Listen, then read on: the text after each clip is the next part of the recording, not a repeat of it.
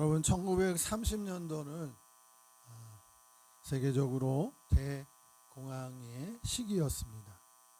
많은 사람들이 하루의 끼니를 구하기 위해 거리를 헤매었습니다. 그런데 당시 사람들에게 희망을 주었던 한 마리의 말이 있었다고 하는데요. 서비스킷이라는 이름의 이 몸집이 작고 또 다리는 구부정하고 경주마로서는 최악의 체형을 가진 말이 있었습니다. 게을러서 한번 누우면 일어나지를 않습니다. 성격도 포악해서 마주들에게 수없이 매를 많이 맞았습니다. 맞다 보니까 성격이 더 포악해진 것입니다. 함부로 달려들고 부수고 난리를 피웁니다.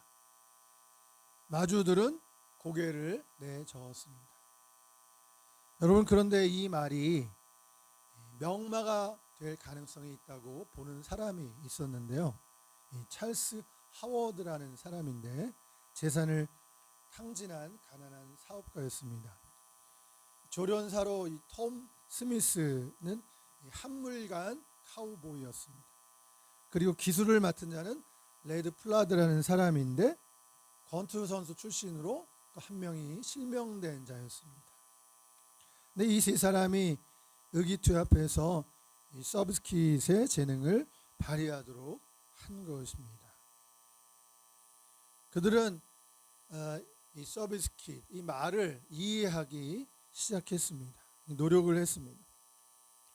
때리지 않았습니다. 쉬려고 하면 쉬게 해주었습니다.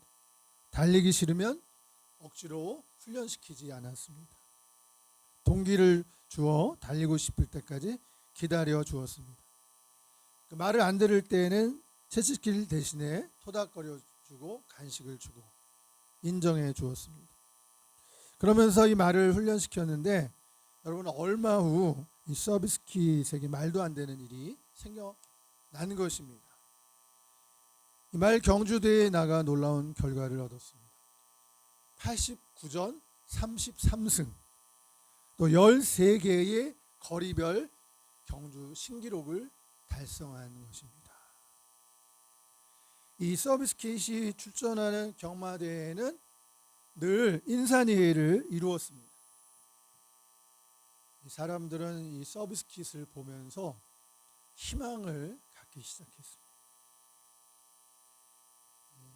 안락사돼서 사라질 뻔한 말이 위대한 명마로 탄생할 기적을 보았기 때문입니다.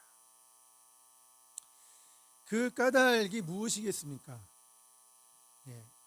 말의 주인들이 그를 알아주었다는 것입니다. 이 초라한 말도 칭찬과 인정을 통해서 명마가 되었는데, 하물며 우리가 하나님의 인정을 받는다면 우리 인생이 어떻게 되겠습니까? 하나님은 우리 인생을 반드시 명품 인생이 되게 해 주실 줄로 믿습니다. 초라하고 볼품없이 열등감에 빠져 있던 오늘 본문에 나오는 기드온이 위대한 지도자로 태어나게 된 것은 한마디의 하나님의 말씀 때문이었습니다. 기드온은 본래 소심한 자였습니다. 당시 이스라엘은 미디안의 압제를 당하고 있었습니다. 7년 동안의 압제와 괴로움에 견딜 수가 없었습니다. 추수철만 되면 미디안 군대가 수확물을 다 빼앗아 간 것입니다. 그래서 먹을 것조차 없었습니다. 나중에는 여러분이 종자까지 빼앗아 가버린 것입니다. 결국 이스라엘은 숨어서 살고 산에 토굴을 짓고 산 것입니다. 기드온도 포도주 틀에 숨어서 밀을 타작을 했다고 하는데 얼마나 비참하고 나약한 모습입니까? 여러분, 그렇지만 천사를 통해 하나님께서는 기드온에게 말씀하신 것입니다. 12절에 보니까 큰 용사여 여호와께서 너와 함께 계시도다. 큰 용사여 여호와께서 너와 함께 계시도다. 열등감과 두려움에 빠져있던 기드온에게 큰 용사여라고 하나님이 불러주신 것입니다. 여러분, 이스라엘의 그 왕정 시대가 시작되기 전 그 역사 속에 지도자 역할을 했던 인물들이 바로 사사인데요. 오늘은 이 사사 기드온에 대해 살펴보도록 하겠습니다. 하나님께서 기드온을 부르십니다. 그런데 하나님의 부르심 앞에 기드온은 부정적으로 응답하는 것입니다. 이사야 선지자는 하나님이 부르실 때 내가 여기 있나이다, 나를 보내소서, 이렇게 담대하게 응답했는데 반해 대조적인 것이죠.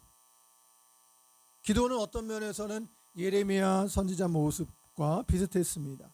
예레미야는 나는 아이입니다, 나는 말할 줄도 모릅니다 라고 말했던 것이죠. 실상 기도는 겸손이 아니라 자신을 멸시하고 있는 것입니다. 낮은 자존감에다가 열등의식에 가득 사로잡혀 있습니다. 여러분, 이런 사람들은 자신감이 없습니다. 의기소침하고 무기력하고 사람들의 눈치만 보는 것입니다. 무슨 일을 하려고 해도 잘 결정하지 못하는 사람들입니다. 요즘 결정장애라고 하는데요, 이런 결정장애자들이 많이 있습니다. 우리 부모의 과잉 보호를 받으면서 자라나는 자녀들은 스스로 결정하지를 못합니다. 어른이 되어도 늘상 부모님에게 어떻게 해야 하나요? 라고 묻는 것이죠. 한 일을 결정하는데 시간이 오래 걸리고 무엇을 시작하기 전에 주저하게 됩니다. 그런데 계속 주저하게 되면 많은 것을 놓치게 되는 것입니다. 인생에서 가장 많이 후회하는 것이 무엇일까요? 여러분 인생에서 가장 후회하는 것이 무엇일까요? 어떤 일을 결정하고 난 다음에 찾아오는 후회보다도 아예 하지 않은 것에 대한 후회가 훨씬 크다고 하는 것입니다. 아예 결정하지 않고 시도조차 하지 않은 후회가 훨씬 크다는 것입니다. 그래서 이런 말이 있어요. 아무것도 하지 않으면 아무 일도 일어나지 않는다. 아무것도 하지 않으면 아무 일도 일어나지 않는다. 기회는 기다려주지 않습니다. 주저하는 동안 기회가 지나가 버립니다. 소극적인 태도가 반복되면 무기력증을 낳습니다. 생각보다 오늘 그 무기력증에 빠진 사람들이 많이 있습니다. 내 주제에 또 이 나이에 내 형편에 하며 자기 자신의 회의를 갖는 것이죠. 자신감이 없습니다. 결정을 못 내립니다. 계속 미루게 되니까 1년, 2년, 3년, 5년, 10년, 20년 결국 아무것도 못합니다. 시작하지 않았으니 이룬 것이 없습니다. 자신감은 더 떨어집니다. 삶은 갈수록 무너져 내립니다. 오늘 멸망해 가는 이스라엘을 구원하도록 하나님께서 기드온을 부르셨지만 그는 지금도 주저하고 있습니다. 여러분들은 어떠십니까? 기드온은 이렇게 부정적이고 소극적인 반응을 보이는데 원인이 있습니다. 오늘 본문 13절에 보니까 기드온이 그에게 대답하되 오 나의 주여 여호와께서 우리와 함께 계시면 어찌하여 이 모든 일이 우리에게 일어났나이까.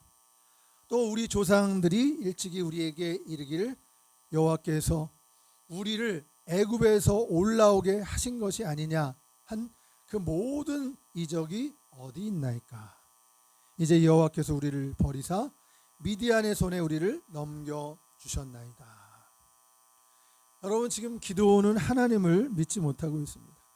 아니, 자기 자신을 믿지 못하고 있는 것입니다. 하나님이 함께 하신다면, 그런데 왜 나에게 이런 일이 일어났는가? 왜 나의 삶은 늘 이 모양 이 꼴인가?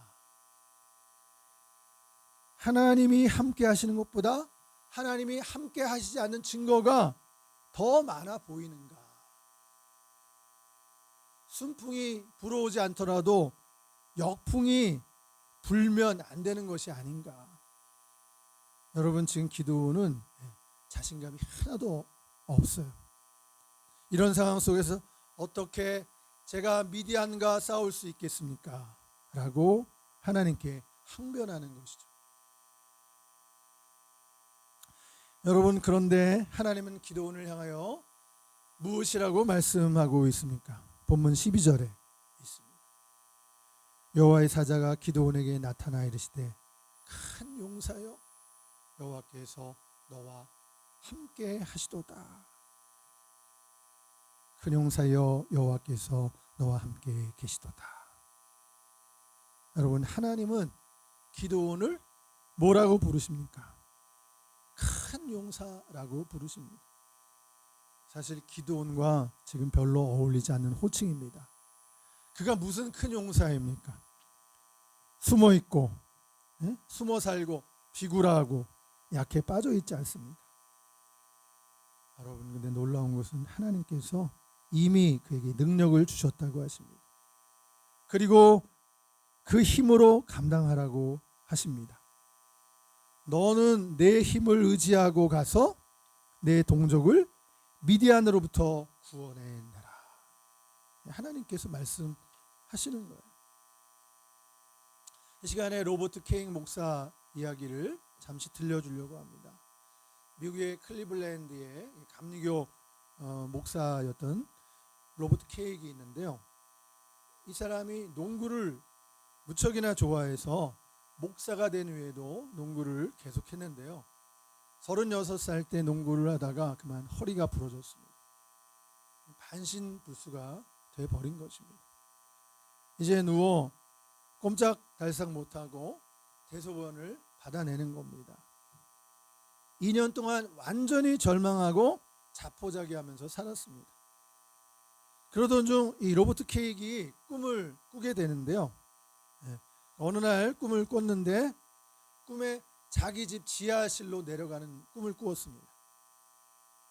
근데 꿈속에서 생각하는 거예요. 우리 집에 지하실이 없는데. 그런데 꿈속에서는 지하실이 있었어요. 그래서 지하실로 내려가게 되었어요. 근데 그 지하실 입구에 경비가 서 있는 거예요. 깜짝 놀란 이 케이크가 아니, 우리 집에 지하실이 있었습니까? 그랬더니 경비가 네, 목사님, 옛날부터 있었죠. 이렇게 대답하는 겁니다. 근데 경비가 또 얘기하는 거예요. 근데 목사님, 여기 한 번도 안 내려오셨잖아요. 근데 당신은 언제부터 여기 있었습니까? 저는 옛날부터 있었는데요. 목사님이 한 번도 안 내려오셨죠. 그 지하실 문을 경비가 열어주어서 들어가 보니까 지하실 안에 이 방이 수십 칸이 있는 겁니다. 근데 방마다 예쁘고 멋진 물건들, 소장품들로 아름답게 장식이 되어 있었어요. 너무 아름다운 인테리어들이 방마다 수십 개의 방에 장식되어 있는 것을 보면서 케이크가 너무 깜짝 놀란 것입니다. 아니, 우리 집 지하실에 이런 놀라운 방들이, 이런 아름다운 방들이 있었던가. 경비가 말합니다. 목사님, 우리 지하실에 이렇게 좋은 방이 많이 있었는데 목사님 그동안 한 번도 내려오시지 않았습니다. 그리고는 꿈이 깬 거예요. 참 이상한 꿈이다 생각하고 이 꿈을 꾼 꿈을 가지고 시카고의 아주 유명한 꿈 연구소를 찾아갑니다. 그리고 제가 꾼 꿈, 이 꿈이 무슨 꿈입니까? 질문을 했는데요. 그 육군연구소에서 대답하기를 뭐라고 말하냐면, 목사님은 지금 목사님 안에 엄청난 하나님이 주신 자원들이 있는데 그 자원을 한 번도 꺼내 본 적이 없습니다. 이 하나님이 주신 엄청난 자원을 목사님이 한 번도 꺼내서 써본 적이 없습니다. 그것을 쓰라는 꿈입니다. 여러분, 2년이 안 가서 이 로버트 케이크 목사가 완전히 회복됩니다. 일어나게 되고요. 앉았던 병상의 자리를 다 물리치고 건강을 회복하게 되고, 그리고 그 이후에 미국에서 아주 유명한 작가가 되고 훌륭한 목사로 알려지게 된 것입니다. 또 다른 이야기입니다만, 또 한 목사님이 시카고에서 유학 중에 있었던 일입니다. 공부하면서 한인교회를 목회하게 되었는데요. 원래 80명이던 이 주일학교 학생이 다달이 줄어가는 거예요. 70명으로 줄고 2달 후에는 60명, 석 달 후에는 50명으로 줄었어요. 늘어나도 시원치 않을 판에 아주 문제가 생긴 것입니다. 아이들에게 물어보니까 미국 교회가 너무너무 좋아서 거기로 간다는 거예요. 주일이면은 그 교회의 버스가 수십 대씩 시카고 시내를 돌아다녔습니다. 어느 주일날 그 목사님도 그 교회 차에 올랐습니다. 어떻게 주일학교를 운영하기에 이토록 아이들이 몰려다니는지 확인도 하고 싶고 운영 방식도 배워보겠다는 생각이 있었습니다. 버스는 이 시카고를 벗어나서 옆에 인디아나주의 작은 도시 허먼드의 어떤 교회 앞에 멈춰 섰어요. 그 교회는 어른 교인 수가 1,500명 되는 침례 교회였는데 주일학교 학생 수가 33,700명이나 된다고 했습니다. 근데 그렇게 부흥시킨 주인공이 제니라고 하는 주일학교 교사였습니다. 근데 이 목사님이 여러 시간을 기다린 끝에 제니 선생을 만나게 됐는데, 이 만난 순간 놀라지 않을 수가 없었어요. 사람인지 드럼통인지 분간하기 어려울 만큼 키가 작고 뚱뚱한 여인이 뒤뚱거리며 걸어 나오고 있는 게 아닙니까? 미스터 정 날 만나러 왔나요? 손을 내미는 제니를 보면서 다시 한번 놀랐습니다. 가까이에서 보니 더 못생긴 거예요. 그 목사님은 그때까지 그렇게 못생긴 여자를 만난 적이 없었다고 고백했어요. 깨알 같은 죽은 깨가 얼굴 전체를 덕지 덮고 있었고, 아주 작은 키에 지나치게 뚱뚱한 몸매하며 어디 하나 봐줄 구석이 하나 없는 이런 이 여자의 모습을 보고, 그런데 이 여자의 어디를 보고 이 수많은 아이들이 열광하는지 도무지 알 수가 없었던 거죠. 그래서 주일학교를 성공시킨 비결을 물어보았습니다. 제니는 잠깐 생각에 잠기는 것 같은 표정을 짓더니 입을 열었습니다. 아마 못생겼다는 게 비결이라면 비결일 거예요. 나는 아주 어렸을 때부터 못생겼다는 이유로 친구들 사이에서 따돌림을 받았죠. 그 정도가 얼마나 심했는지 중고등학교 때는 3번씩이나 자살을 기도했었습니다. 그런데 그때마다 누군가에게 발견이 되어 죽을 수도 없었어요. 고등학교 졸업하고 한동안 집에서 놀다가 커뮤니티 칼리지에 들어가게 되었습니다. 대학교에 들어갈 실력이 안 돼서. 이 커뮤니티 칼리지라고 하는 곳은 미국에서 누구나 들어갈 수 있는 곳입니다. 90세 노인도 들어갈 수 있고요. 가면 꽃꽂이도 배우고 피아노도 배우고 컴퓨터, 자기가 배우고 싶은 것을 여러 가지를 배울 수 있는 그런 학교였어요. 그리고 여기서 공부를 좀 잘하면 일반 대학에 편입할 수도 있었기 때문에 나이 어린 학생들도 적지 않이 많이 다녔습니다. 엄마 피하려고 시간 보내려고 간 거예요. 엄마가 학교 선생이었는데 학교에서 돌아올 때 이 제니를 보고 답답해하면서 너 그런 식으로 살면 차라리 그냥 죽어버려라. 그러니까 엄마가 오는 시간만 되면은 너무 힘든 거예요. 그래서 할 수 없이 피하기 위해서 이 커뮤니티 칼리지 등록을 한 거예요. 그런데 등록은 했지만 매일 뒤에 앉아가지고 그냥 졸고 있었어요. 여러분, 이렇게 날마다 졸고 있었는데 무슨 일이 일어난지 아세요? 여러분, 거기에도 신실한 우리 크리스찬 그 기도 그룹이 있었어요. 그 기도 그룹이 이 제니를 발견했습니다. 이 못난 제니, 늘 뒤에서 졸고 있고 수업은 듣지도 않고 졸고 있는 이 제니를 발견을 한 것입니다.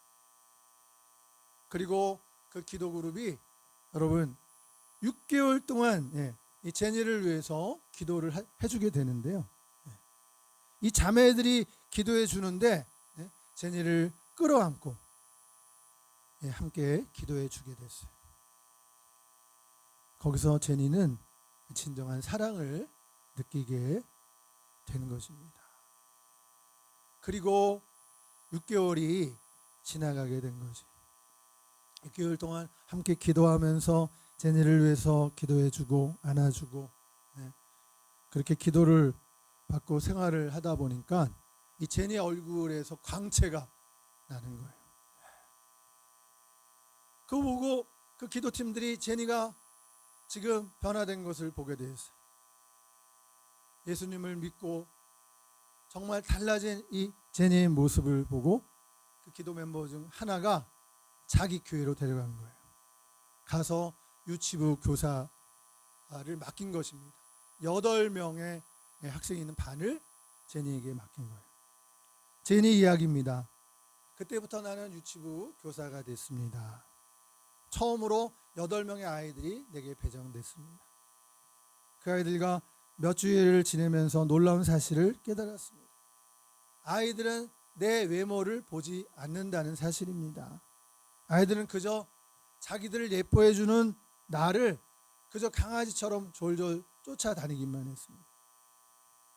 아이들은 내 외모를 보지 않고 내가 주는 사랑에만 관심을 보였습니다. 나로서는 최초의 이 놀라운 경이적인 경험이었습니다. 이렇게 말합니다. 그리고 이 세상이 나를 필요로 하고 또 내 사랑을 얻기 위해 애쓰는 사람이 있구나. 그 순간 엄청난 감동이 밀려왔습니다. 그리고 그날부터 그 아이들을 위해 나는 기도하기 시작했답니다. 하나님, 이 아이들을 사랑하는 이 아이들을 어떻게 하면 잘 가르칠 수 있을지 지혜를 주세요. 이것이 기도의 전부였습니다. 그런데 기도를 시작한 지 3년 만에 하나님의 응답이 임했습니다. 그때부터 주일학교를 잘 이끌어갈 수 있는 아이디어들이 본물처럼 이렇게 솟아오른 거예요. 하나님은 하루 내내 24시간을 지내면서 그 주일학교를 위한 영감을 주셨습니다. 그래서 그때 부어주시는 그 지혜를 그때 기록을 해 두었다가 주일학교에 적용했다고 말합니다. 깨알같이 그 적어놓은 노트를 보여주면서 이런 노트가 집에도 여러 권 있다고 말한 것입니다. 미사정 나는 주일학교를 발전시키려고 그렇게 한 게 아니에요. 단지 폭포수처럼 쏟아지는 아이디어들을 기록하고 적용해 봤을 뿐이에요. 그런데 그러다 보니까 어느새 주일학교가 이만큼 커져 있었어요. 처음부터 이런 결과를 예상했던 게 아닙니다. 여러분, 대부분의 주일학교 선생 교사들이 자기 식대로 아이들을 지도하지만 그녀는 하나님이 주시는 방법대로 기도하면서 아이들을 지도했습니다. 이것이 제니의 성공 비결이었어요. 못생긴 자기를 따라주는 아이들이 그저 너무나 고맙고 사랑스러워서 지극한 정성으로 기도하며 섬기는 그녀를 귀하게 하나님께서 보셔서 그녀를 축복하시고 능력과 지혜를 주셨던 것입니다. 여러분, 하나님은 소원을 두고 일하게 하십니다. 여러분, 이 소원을 주신 하나님께서는 반드시 이루게 해 주실 것입니다. 오늘 이 본문 말씀을 통해서 답이 분명합니다. 하나님이 부르셨기 때문에, 하나님이 기드온을 부르셨기 때문에, 기드온이 하나님으로부터 보냄을 받았기 때문에 그가 큰 용사인 것입니다. 기드온의 지금 현재 상태보다 더 중요한 것은 하나님의 부르심이고 하나님의 인정하시는 말씀이에요. 여러분, 하나님이 용사라고 하시면 용사인 것입니다. 그 하나님은 기드온에게 이미 능력과 은사를 주셨다고 말씀해 주고 계세요. 하나님이 쓰시겠다고 하십니다. 하나님께서 기드온을 통해서 이스라엘을 미디안으로부터 구출하시겠다고 하십니다. 하나님의 계획이에요. 큰 용사여 여호와께서 너와 함께 계시도다. 아멘. 하나님이 함께 하시면 그가 큰 용사인 것입니다. 여러분, 하나님이 함께 하시면 무적 인생이 되는 것입니다. 할렐루야. 여러분, 예수님이 베드로에게도 이 비슷한 말씀을 하셨어요. 어부인 베드로를 만나서 장차 게바가 되리라. 게바가 뭐죠? 반석과 같은 인물이 되리라. 일개 어부 베드로가 반석 같은 훌륭한 인물이 될 것을 예수님께서 예언하신 거예요. 장차 게바가 되리라. 여러분, 베드로는 예수님의 12제자 중 수석 제자로 우리가 알고 있으면서 베드로의 신앙 고백 위에 교회가 세워지게 된 것이.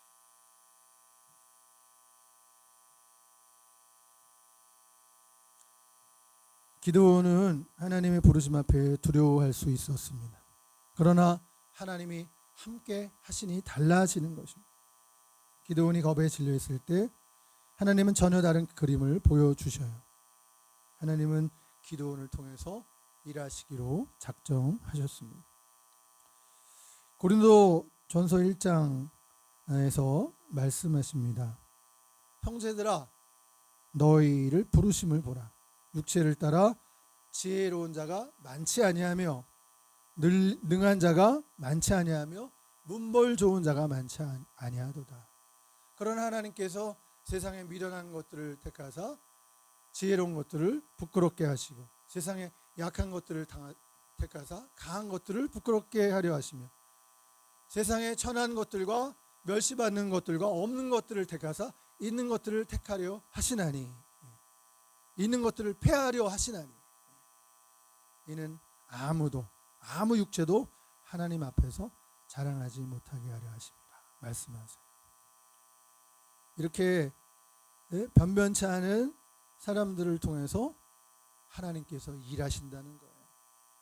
그게 하나님의 역사인 것입니다. 나 같은 사람을 통해서, 이렇게 부족한 사람을 통해서도